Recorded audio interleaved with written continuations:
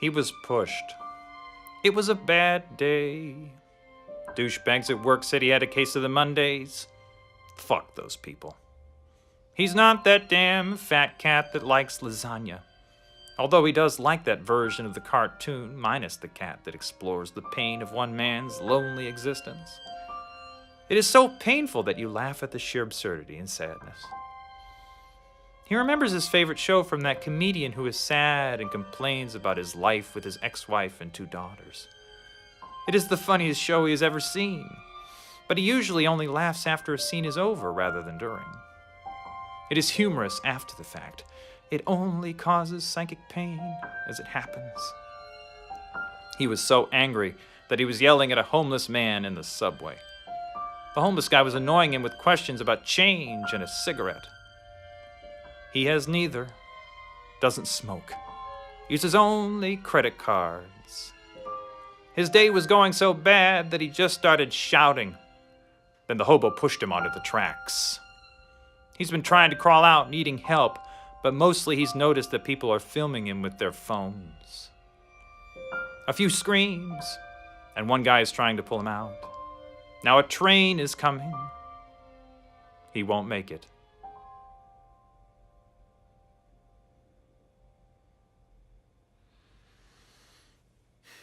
Jeez. Stop! Stop! Stop! Stop!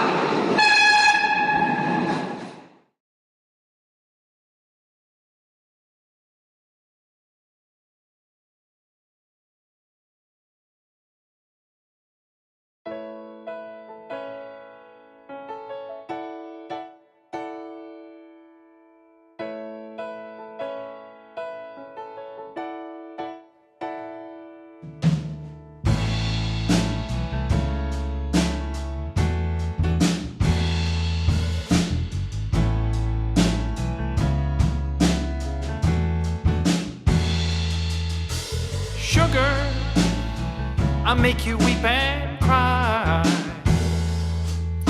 Sugar, you want me back in your life. I sweeten your days and ruin your nights. You hate me on your glucose high. I get in your veins and dilute your control. I fatten you up and take over your brain. I get inside you and corrupt your soul. I bring you some joy and remove all your pain. Sugar, I make you weep and cry. Sugar, you want me back in your life. I sweeten your days and ruin your nights. You hate me on your glucose high. You use me to calm your mind and nerves. Gain more weight and a double chin. You wanna cast off those pounds and curves, but you know you can't redeem our original sin. Sugar, I make you weep and cry. Sugar, you want me back in your life. I sweeten your days and ruin your nights. You hate me on your glucose high.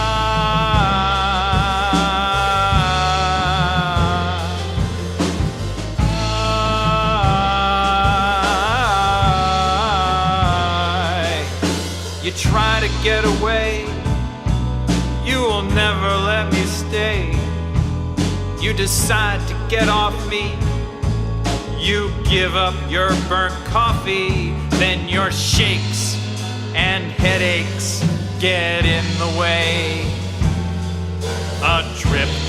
the drugstore brings you back to me. Oh, sugar, I make you weep and cry.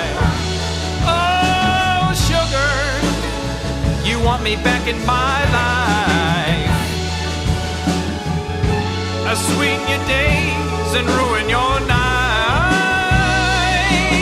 You love me on your glucose high.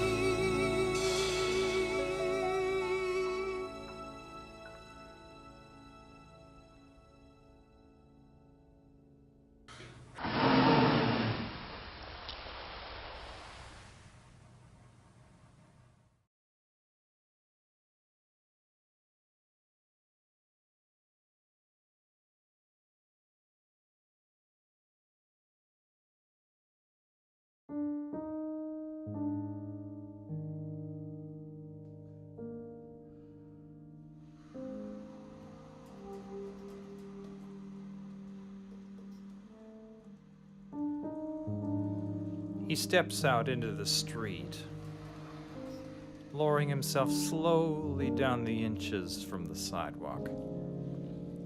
The wind in his face chills his mind. How cold is it? I forgot to check the weather. His phone is not smart. He cannot check it now. It's dumb. The cold reminds him of another time when his sister lost her cool in front of everyone that mattered. I've never understood why. She could never handle crowds, people in groups, their eyes locked on her, waiting for her to crack. She complained bitterly of those times. I never liked our friends, their friends, or really I didn't, our aunts and uncles. Our cousins were okay, but how can you spend all those moments with no organisms? They know too much. Your former height, your hair color as a toddler, your sadness, your diseases and your eases.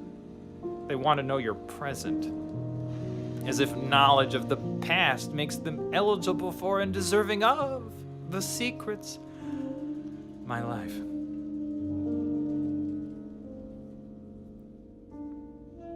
She cracked, as they say. Who are they? The yelling was unbearable. She manages a shriek so piercing that only dogs could hear it. A whistle, in a way. The confusion on their faces is funny. Some smirk, others back away slowly, a giggle in discomfort. They wait until she's finished. The pitch arrives in our hearing range, no longer ultrasound without noticing. Everyone is focused on the visual. This event is not remarkable. These people know her too well. She's their friend, after all, so they think. What is remarkable is the steam coming from her mouth as she wails like a tea kettle, maybe even a locomotive, because everyone, including her, wants to get out now, get off at a different stop. Is it her or she? I don't like word forms that agree. Words should disagree. Adverbs are our enemies, mostly. Or is that holy? Maybe I should say fully to not confuse it with holy as in God or holy as in cheese. Kind of. Does that count? Why not? Adverbs lie or lee, hedge, confuse, distinguish, and keep us from saying blunt things. I hate you, mostly. I love you, kind of. That's better than always. I'll love you always. That's a lie. For most, that is. Mostly. The activity of the air is so slow. The moisture in her open mouth turns to steam on contact. A dragon of distress and resentment. She told me later, years later, that she was tired of the questions such as, what happened to the last one? How are you going to find one that way? Would you like me to set you up? Do you know my friend's son, Marty? As if the main point of her existence is to cohabitate with some dude who won't clean up after himself. Leave hair in the drain, not replace the toilet paper, treat his dog with greater kindness, spend more time with his douchebag friends who have never grown past 14. Really 12. You're never going to find a man. Don't you want kids? You know that your eggs are a one-time only thing. Women over the age of 30 have a much lower ability to get pregnant, and fertility treatments are expensive. They wiped out my bank account. But now I couldn't live without the triplets, Billy, Aiden, and Corey. I love those boys too, but let me live my life, damn it. They have never understood my career. It took 8 years to get that PhD, and I'm gonna use it whether you like it or not. Not that she actually says these things at the time. She has been too well trained at treating others with respect. Her answers are usually monosyllabic. Yes, no, an occasional uh-huh. Her answer gleeful when she gives this 2-syllable reply. Uh-huh. It's golden to their ears. Uh-huh. She recognizes our existence long enough to emit a glottal. Huh? Her complaints are solid, he thinks. They treat her as someone meant to only spread more insert last names. She has always wanted to be a mother, but her interest in the ocean was greater. Sea life, whales, porpoises, manatees, sharks. She has always been fascinated by sharks. Her love of John Williams, that half-step repeated, Richard Dreyfuss, and that speech on the boat of which they need a bigger one, Chief. That movie began it all. But she rooted for the shark.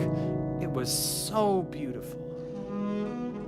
Sharks are misunderstood, and it is her mission to educate the public. Who are they? On the real lives of sharks. Her focus on sharks and her friends and family, the sharks, who ask about her biological future rather than her professional future. The sea occupies her every waking moment. In the shower, eating breakfast, at work, reading at home, during parties. Like this one that causes her soundless aria and visual spectacle. As his foot hits the pavement, his mind returns to the present. A man died. Lost his life on the street corner up ahead.